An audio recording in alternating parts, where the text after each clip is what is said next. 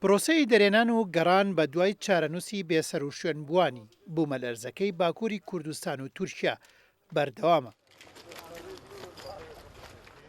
لەگەڵ تێپەڕبوونی دەڕۆژ بەسەر بوومەلەرزە وێرانکەرەکەدا، بەڵام هێشتا کەسوکاری بێسەر و شوێنبووان لە بەردەم باڵەخانە ڕووخاوەکاندا وەستاون و چاوەڕێی چارەنووسی قوربانیەکانن.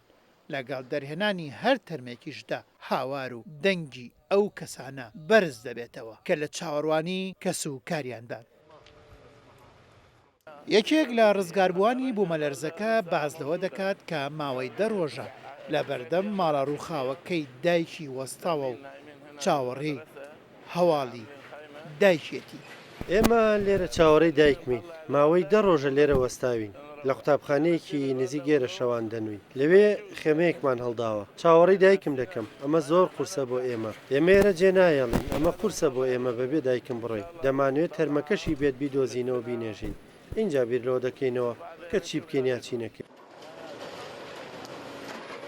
سەرەڕای ڕزگاربوونیان لە بوومەلەرزەکە و لە بری خۆشی دەربڕینیان بۆ مانەوەیان لە ژیان، بەڵام ئەو کەسانە زۆر هیلاک دەردەکەون و خەم و خەفەتێکی زۆر بە دەم و چاویانەوە دیارە و چاوە پڕفرمێسکەکانیان زۆر شت بە هەمووان دەڵێن.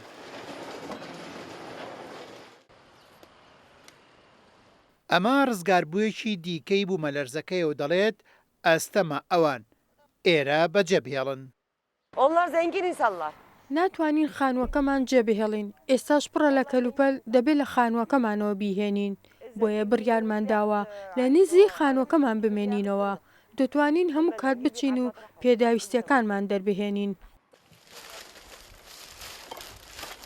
ئەم کەسانە کە پێشتر لە خانوویەکی گەرم و پڕ پێداویستیدا دەژیان، کەچی ئێستا تەنیا چەند ئەلاگەیەکیان بۆ ماوەتەوە کە کەلوپەلی ناوماڵەکانیانە و لە ژێردار و پەردوودا دەران هێناوەتەوە بۆ ئەوەی بتوانن لە شتێکەوە دەست بکەنەوە بژیان.